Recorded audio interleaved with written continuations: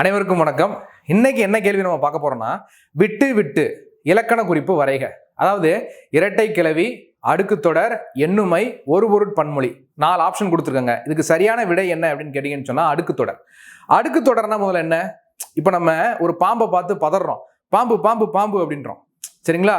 நெருப்பு பிடிச்சி போச்சு, தீ தீ தீ அப்படின்னு சொல்றோம். அப்ப இதெல்லாம் என்னது அப்படின்னு கேட்டீங்கன்னா அடுக்கு தொடர். இரட்டை கிளவினா என்ன? சலசல, கலகல, மடமட, இதெல்லாம் என்னது அப்படின்னு கேட்டீங்கன்னா இரட்டை கிளவிகள்.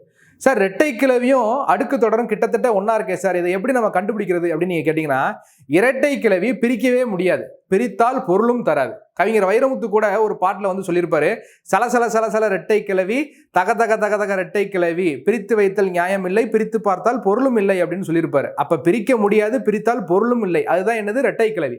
அடுக்கு தொடர் பாருங்க, பிரித்தால் பொருள் தரும்.